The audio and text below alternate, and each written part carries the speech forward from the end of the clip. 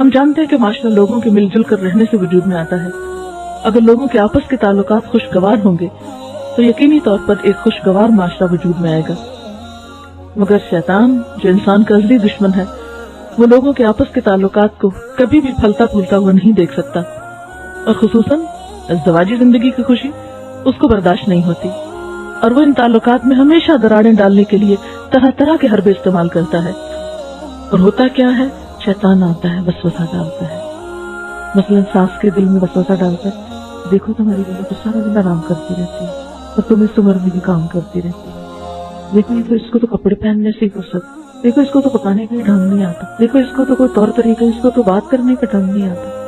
اب آپ خود سوچیں کہ ایک میچور خاتون کہاں اور ایک چلبلی لڑکی کہاں، جس نے ابھی زندگی کی کوئی تلخی نہیں دیکھی، کوئی ٹریننگ ہی حاصل نہیں کی، ابھی تو پکانا ہی نہیں سیکھا، ابھی تو گھر کا رکھ رکھاو ہی نہیں سیکھا. اور خاص طور پر ہمارے کلچر میں جہاں لڑکیوں کو پڑھنے سے ہوش نہیں آتی کہ شادیاں ہو جاتی ہیں، وہاں انہوں نے گھرداریاں کہاں کی ہوتی ہیں. تو ان سے وہ توقع رکھنا جو کئی سال سے ایک عورت اس گھر کے نظام میں بہتری لائی ہوئی ہے.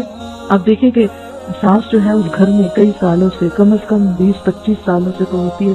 اب ایک خاتون جو 25 سال سے ٹرینڈ ہے اس گھر کو چلانے میں، اور ایک لڑکی جس کو 25 دن نہیں ہوئے، ان کا مقابلہ کہاں سے ہوگا؟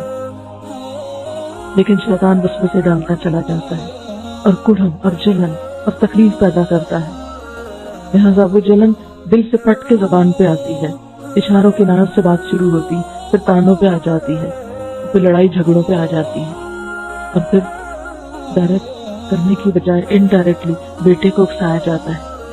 اسی طرح وہ بیوی کے دل میں آ کے وسوسے ڈالتا ہے شیطان کہ دیکھو تمہارے ساتھ بڑا ظلم ہو رہا ہے. وہ کہتا ہے اپنی ساس کو کمپیئر کرو ماں کے ساتھ اور شوہر کو کمپیئر کرو باپ کے ساتھ، اور پھر وہ کہتا ہے تمہارا باپ تو اتنا اچھا تھا کہ ایک اشارہ ہی کافی ہوتا تھا، اور یہ دیکھو روز وعدہ کرتا ہے اور چیز لا کے نہیں دیتا. کبھی کوئی لڑکی شوہر کو باپ سے کمپیئر نہ کرے، وہ کبھی کامیاب نہیں ہو سکتی. باپ باپ ہوتے ہیں، ہم ان کی اولاد ہوتے ہیں. جو ان کے دل میں ہمارا مقام ہوتا ہے وہ شوہر کے لیے نہیں ہو سکتا، شوہر کے اندر نہیں ہو سکتا، کیونکہ وہ رشتہ دوسرا ہے. اور یہ بھی ہو سکتا ہے کہ شوہر باپ سے بھی زیادہ کہیں کیئرنگ ہو، لیکن عموماً کیا ہوتا ہے، شوہر کی اچھائیوں کو ہم ایک طرف رکھتے ہیں اور باپ سے کمپیئر کریں، اس کا خیال رکھنا، اس کی محبت، اس کی ساری قربانی. اب آپ دیکھیں کہ ہمارے ہاں لڑکی کی سچویشن کو بہت پیتھیٹک بنا دیتے ہیں. ہر بیچاری گھر چھوڑ گئی، ہر بیچاری بیکا چھوڑ گئی، اور معلوم نہیں کیا کیا وہ راز بنائے ہوئے ہیں کہ جس سے خوب لڑکیوں کو رلایا جاتا ہے کہ تم تو بہت ہی مظلوم ہو جس سے سب کچھ چھن گیا. حالانکہ یہ نہیں دیکھتے کہ وہ ماں جس نے ایک بیٹا پیدا کیا، وہ پالا پوسا بڑا کیا، اس کو پڑھایا لکھایا، اس کو کمانے کے قابل بنایا، اس نے گھر بنایا، ایک باہر سے آنے والی کو وہ سب کچھ دے دیا، تو جس ماں نے اپنا بیٹا دے دیا اس سے اس سے بڑی اور کیا قربانی مانگی جائے گی. لہٰذا کبھی بھی ایک بہو کو یہ نہیں سوچنا چاہیے کہ میری ساس نے مجھے وہ نہیں دیا، یہ نہیں پوچھا، وہ خیال نہیں رکھا. اس سے ان وسوسوں سے تعلقات خراب ہوتے ہیں، اس سے بگاڑ آتا ہے، اس سے تعلقات کی کبھی اصلاح نہیں ہو سکتی. تعلقات خراب کرنے والے سارے وسوسے دراصل شیطان کی پیداوار ہوتے ہیں، اور ہم کبھی بھی ان کے بارے میں متنبہ نہیں ہوتے.